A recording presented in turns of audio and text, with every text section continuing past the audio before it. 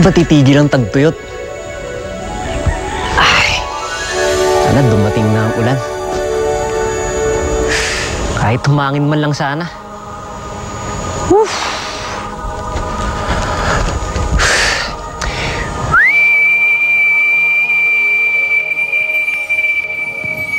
Isang sipol mo lang, sumasagot na ako.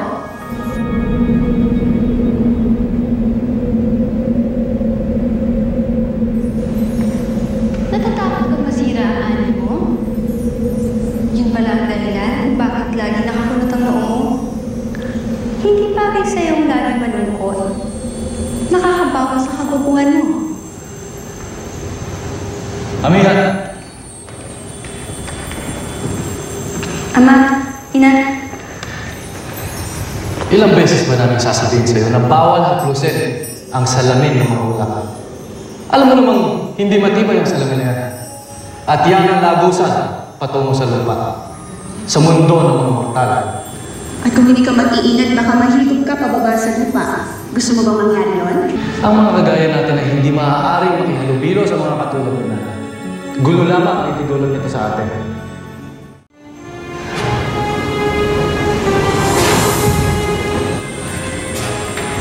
Dahil sa kapuso ka ng damdamin, ay nawala ng panimbang si Amihan at nahulog sa tinatanong niyang salamin. Yan, sa malapit na lugar kung saan matapadaan si Pablo.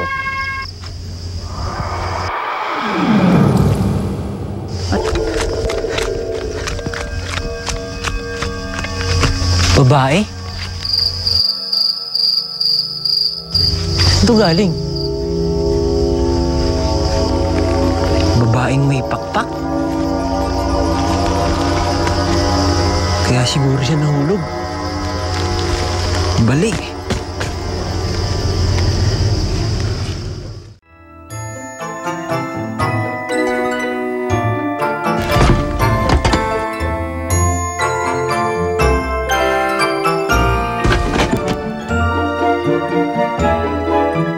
Siguro, Diyosa siya.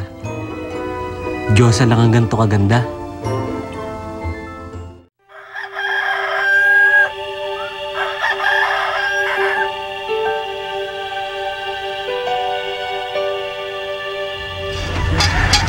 Ay! Buti naman at nagising ka na. Ilang araw ka na kasing walang malay. Ito, dinalang kita ng sabaw para magkaroon ng sustansya ang katawan mo. Sino ka? Nasaan ako? Ako si Pablo. Nandito ka sa bahay ko, sa bukid ko. 3 gabi nang nakaraan nung natagpuan kita. Wala akong maalala. Anong naalala mo? Anong pangalan mo? Hindi ko alam. Hindi ko alam. Okay lang yan. Lahat naman kasi ng nawawalang bagay na natagpuan din. Kahit ang alaala. Mabuti pa siguro. Iisipan na lang kita ng pangalan. Ayos lang ba yun sa'yo? Ayana. Ayana ang pangalan mo.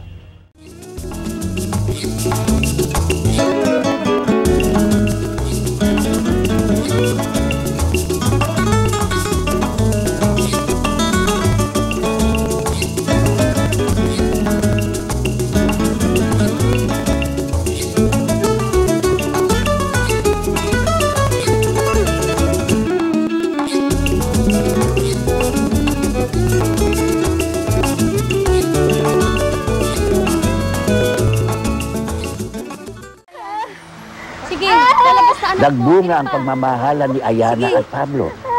Sige. Malapit na lumabas. Sige pa.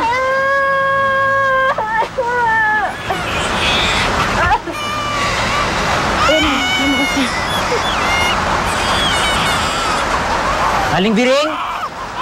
Pablo! Pablo!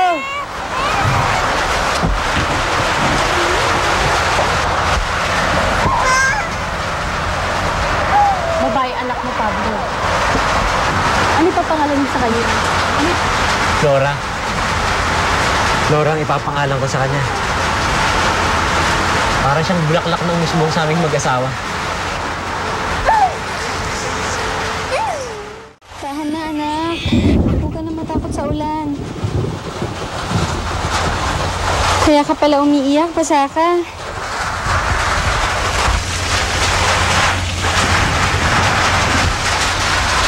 Saan ba tinatago ni Pablo ang mga lampin?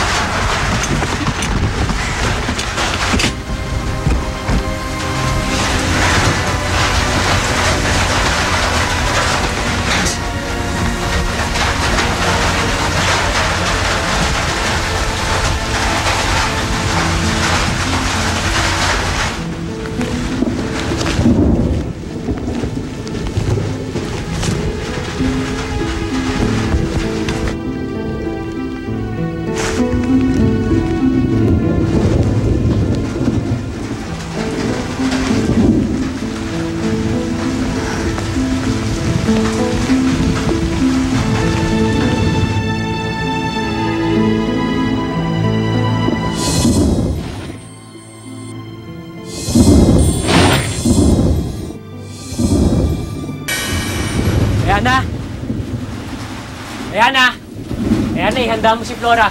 Lilikas tayo ngayon. Ito na haharapin ni Amihan si Pablo.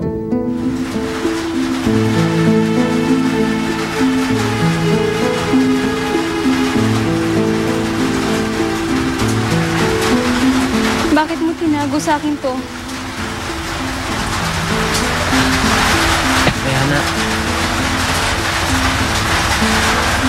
Kaya na, patawarin mo ako.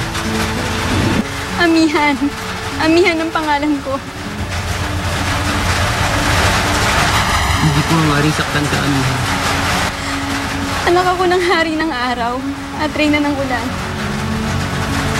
At ang sobrang pag-ulan na nararanasan natin ngayon ay ang luha ng aking ina. Nangungulila siya para sa akin. Kailangan kong bumalik sa tirahan namin sa langit. Amihan, parang awa mo na, huwag kang umalis. Maaarad ang buong bayan kung hindi ako umalis. Pwede tayong lumikas. Magsisimula tayo sa ibang bayan. Hindi mo ba naiintindihan? Kahit saan tayo magpunta, susundan tayo ng ulan. Pwede natin baguhin ang tirahan natin, pero hindi natin pwedeng baguhin ang pangungulila sa akin ng aking ina. Pero paano ang anak mo? Paano ang pangungulila mo sa kanya? Amihan, ganun na lang ba kadaling iwan ako? Akala mo ba ganun kadali sa akin nang iwan ka? Halos madurog ang puso ko mula sa dibdib ko, Pablo. Pero hindi dapat nangyari ang pagmamahalan natin. Magdala lamang tayo ng sakuna at maalas sa kanumang lugar na puntahan natin. Ang tanging pag-alis ko lang ang siyang paraan para tumigil na ang pag-ulan na to.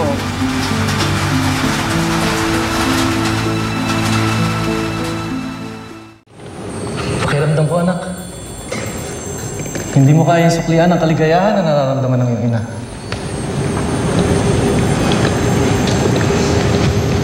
Ama, tama kayo ni Ina.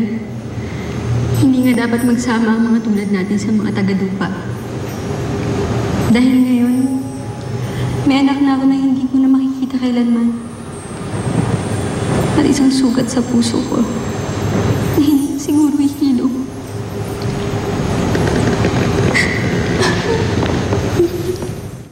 Kung nasa kapangyarihan ko lamang ang maibsan ang iyong nararamdaman, ay gagawin ko, anak. Anong ibig niyo sabihin, Ama? May naiisip akong paraan para madalaw mo ang iyong pamilya. Kaya umuulan. Uwi naman si Amihan. Wala nang dahilan ng nanay niya para umiyak. Wala nang dahilan. Pero na lang kung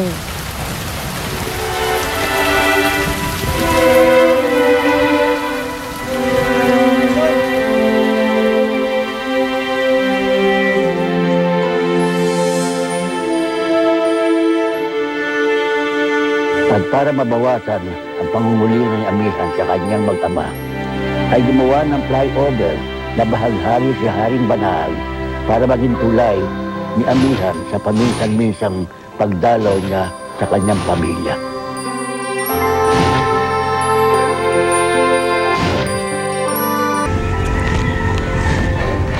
Amihan? Pero paano? Nakita ni Ama ang kalungkutan ko. Kaya ginawa niya ang bagharing ito upang magsilbing tulay mula sa langit at lupa. Para mabisita ko kayo paminsan-minsan. Pero syempre, umiiyak muna si Ina bago ako makababa dito sa lupa.